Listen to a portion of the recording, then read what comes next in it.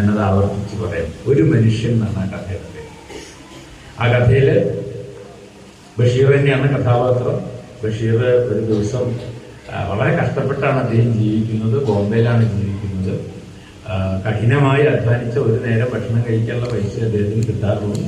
അങ്ങനെ അദ്ദേഹത്തിന് ഒരു ദിവസം 14 ഉറുപ്പിക കിട്ടി.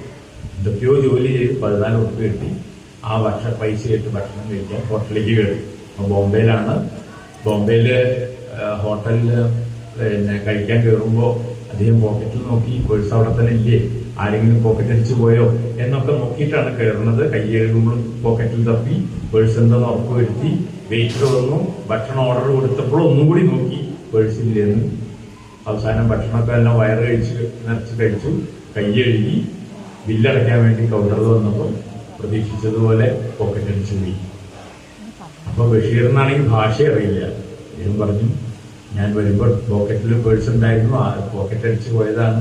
അപ്പൊ കൗണ്ടറിൽ ഇരിക്കുന്ന ആൾ പറഞ്ഞു, തന്നെ പോലെ ഇതുപോലെ എത്രയോ ആൾക്കാർ ഇവിടെ വരാറുണ്ട്, ഒന്നുകിൽ പൈസ ഉണ്ടാ, അല്ലെങ്കിൽ ആ കുപ്പായ കൂടിയിട്ട് അടുക്കളയിൽ ചെല്ല്, അവിടെ എന്തെങ്കിലും പണി ഉണ്ടാവും.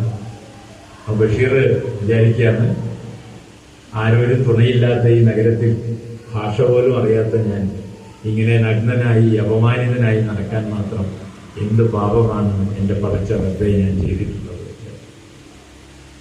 അത് കഴിഞ്ഞ് ഇയാള് കുടുക്ക് ഇങ്ങനെ കുപ്പായത്തിന്റെ കുടുക്ക് ഓരോന്നായിട്ട് ഊരാൻ തുടങ്ങുമ്പോൾ ദീർഘകായനായ ഒരാൾ, ഇത് എന്റെ മാതിരി ജുബയൊക്കെ ഇട്ടിട്ടുള്ള ഒരാള് കയറി വരിക. കൗണ്ടറിൽ ഇരിക്കുന്ന ആളോട് ചോദിക്കും, ഇയാൾ എത്ര പൈസ തരാറ്? ഉടനെ അയാള് ഈ പൈസ പറയും, ഇയാളത് എടുത്തു കൊടുക്കും. അയാൾ ഇറങ്ങിയാൽ പോകും. ബഷീറിന് അത്ഭുതമായി. ദൈവത്തെ വിളിച്ച് കരഞ്ഞു പറഞ്ഞപ്പോഴേക്കും ദൈവദൂതനെ പോലെ ഒരു മനുഷ്യൻ വന്നു. ആരായിരിക്കും ഇയാൾ? അത്ഭുതമാണ്. ബഷീർ ഷർട്ടൊക്കെ ശരിയാക്കിയിട്ട് അയാളുടെ പിന്നാലെ നടക്കുക. സാർ, അങ്ങയുടെ പേരെന്താണ്? ഞാനിങ്ങനെ ഒരു കഷ്ടപ്പാടിലാണെന്ന് അങ്ങയോട് ആരാ പറഞ്ഞത്? എന്നെ അങ്ങയ്ക്ക് മുമ്പേ അറിയുമോ? എന്നിങ്ങനെ പല ചോദ്യം ചോദിച്ച് പിന്നാലെ അയാൾ തിരിഞ്ഞു നോക്കുന്നില്ല. അവസാനം ബഷീർ ഒരു പാലത്തിന്റെ അടുത്തെത്തിയപ്പോൾ ഇയാളോട് ചോദിച്ചു, സാറ് പേര് പറയാൻ തയ്യാറല്ലെങ്കിൽ അങ്ങേ ഞാൻ ദയവ് എന്ന് വിളിച്ചോട്ടെ എന്ന് ചോദിക്കുക. കാരുണ്യാണ് വിഷയം. അപ്പോ അയാൾ തിരിഞ്ഞു നിന്നിട്ട് തന്റെ ജുബയുടെ 2 പോക്കറ്റിലും കൈയിട്ട് കുറെ പേഴ്സ് പുറത്തേക്ക് ഇട്ടിട്ട് ചോദിക്കും, ഇതിലേതാ തന്റെ പേഴ്സിന്റെ കൊണ്ടുപോകണം? എന്താ ഈ കഥയിലൂടെ ബഷീർ പറയാൻ ശ്രമിക്കുന്നത്? കള്ളനാണ് എന്ന് വിചാരിക്കുന്ന ഒരു മനുഷ്യൻ അടിയന്തര സാഹചര്യങ്ങളിൽ ദൈവദൂതനെ പോലെ വന്നെന്ന് വരും.